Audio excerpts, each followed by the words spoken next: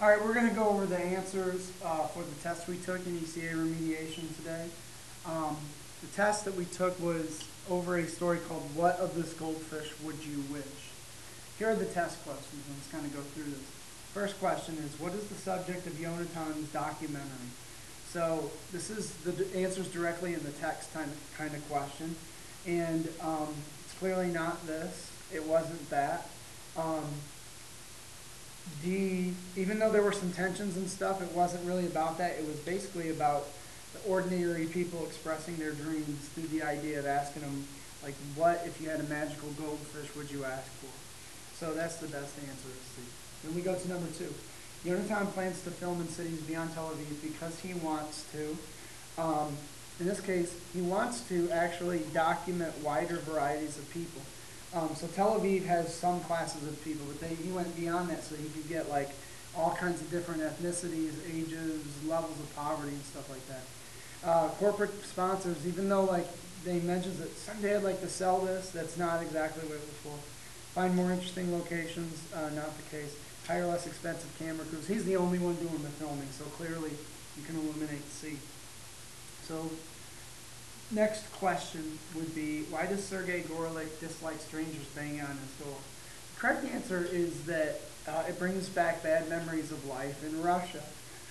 As was mentioned in the story, anybody that was knocking on his door in Russia was usually the KGB, who was usually interrogating people of Jewish ancestry or even of religious beliefs. Some of you students in this classroom understand, especially if you're from Burma, if the government's knocking on your door, that can't be a good thing. So it's not because he works nights, it's not because he has, he doesn't have a baby, and so the correct answer here is C. Number 4, then, which sentence signals a plot twist about halfway through the story? This is where the biggest twist takes place, because everything leading up to this is fairly plausible. The kid with the earrings starts screaming, "Goldfish, goldfish." That happens in the story. The next thing is, no reason to take him to the hospital anyway, says the goldfish. This is the correct answer. Okay? This is about the midway point of the story. Now, this is earlier, and it happens in the story. This is just before Sergei hits him over the head with the frying pan. And even though these are things that happen in the story, the biggest plot twist, the biggest change happens with answer B. So there's no reason to take him to the hospital anyway, says the goldfish. Next question then. Sergei is reluctant to use his third wish because, well, here's one of the difficult things. A plausible answer is B. Think there's something he'll want in the future. That's plausible, but it's incorrect. This is actually the best distractor. The best answer is he doesn't want to set the goldfish free.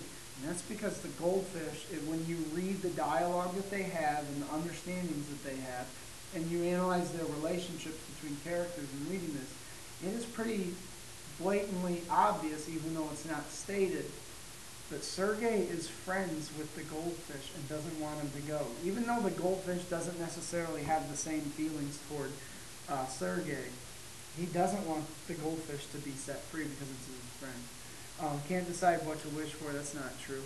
Doesn't want to reveal that the goldfish, even though like he doesn't want to reveal to the filmmaker that that's the case, that isn't the best answer. It doesn't line up with this particular question. So the best answer is A for number 5.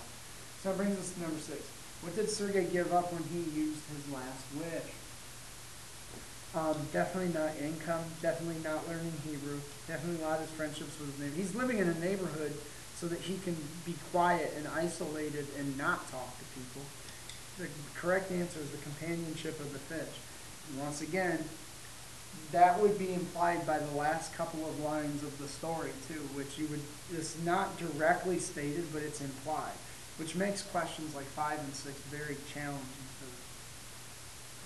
Which now takes us to the next slide, which is the 2 rats question. When we do rats, what we mean is to restate, to answer, to tie to the text.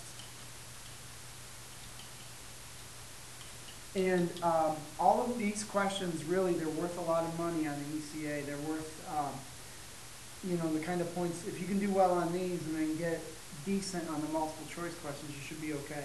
This is a great opportunity for you because you can express what you learned from the story and really make it a point to include a lot of textual evidence before you summarize. If you do that, you're putting yourself in a position to at least get partial credit. So we look at these types of questions. What does Sergei's uses of the 3 wishes reveal about him as a character? Keywords are character and 3 wishes. And then the second part of that question, what type of character is he, basically then makes you focus your answer on those types of things. Always give evidence from the text to support your answer. Also with them with number 2, when you read a question like this where they're quoting the text, like foreseeable things, powerful moments, you should go back to the text to find the foreseeable things and to find the examples of powerful moments. Go back into the text and look those things up. This type of question is tough because you've got to actually go find the stuff and then you've got to be able to explain it. And then basically then this is a compare and contrast question. So you're going to compare and contrast the fundamental differences between foreseeable things versus powerful moments. So what I want to show you at this point then is exemplar answers for this question. The best way to get the most amount of points. So here's the first question, and as you can see, when we talk about restating an answer, what we say when we restate, Sergei's 3 wishes were used for good purposes, which shows that he is a good character. In this, we've done a couple of things. We've restated these key words, and we've even answered the question. So at this point, at this stage, we have R and aid out of our rats. So we have R and aid. So then, when we get to this point, we come to, I'm going to highlight this a different color. When we come to the next sentence then, in this part of the story, he uses the first wish to cure his sister's cancer. The second wish was used to cure Sveta's son of the retardation. And lastly, he used his third wish to bring the boy back. All 3 of those things that I just highlighted in yellow, those things are examples then of tying to the text. And then last but not least, if I highlight the last part of the answer here, then all 3 of these wishes show that he is unselfish, etc. So then this last part, perfect example then of summary. So it's going to be real easy to get full credit answering the question this way when you have it laid out with restate, answer, tie to the text, and summarize.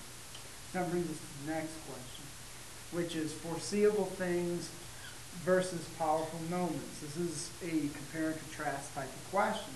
And so you want to restate and answer first. Okay, so restate, foreseeable things. And then the second thing, on the other hand, powerful moments. So you see restating and you see answers here for what types of foreseeable things.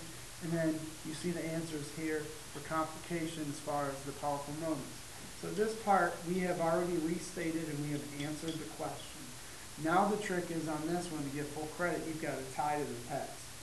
There's a lot of stuff you have to include to this because you have to include foreseeable things. You also have to include the powerful moments. So this is one of your more longer, more extended answers that you're going to use on the ECA. So as I'm looking at this, for example, one woman wished for a child, one Holocaust survivor was wishing for justice, an Arab man asked for peace, the good-looking man had asked to be a woman.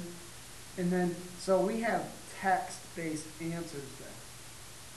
This is where you got to kind of divide it up too. These are complicated answers in which people want knowledge and experience and peace rather than power, money, or possession. Now what we did here is this part is text, this part is summary specific just to that set of text. In summary, and then we come back then, we give evidence from the text. In summary, foreseeable things were selfish wishes and the powerful wishes were for complicated ideas. So we've also been summarized here. But there's an awful lot in the text that you have to provide to support your answers because this is a compare and contrast answer. And you've got to list the features of one element versus the features of the other one. But if you lay it out with RA, read, restate, and answer the question, and then you tie to the text, and then you explain, you summarize what's going on, you're going to get full credit for these types of questions on the English 10 ECA and beyond. Good luck and good scores.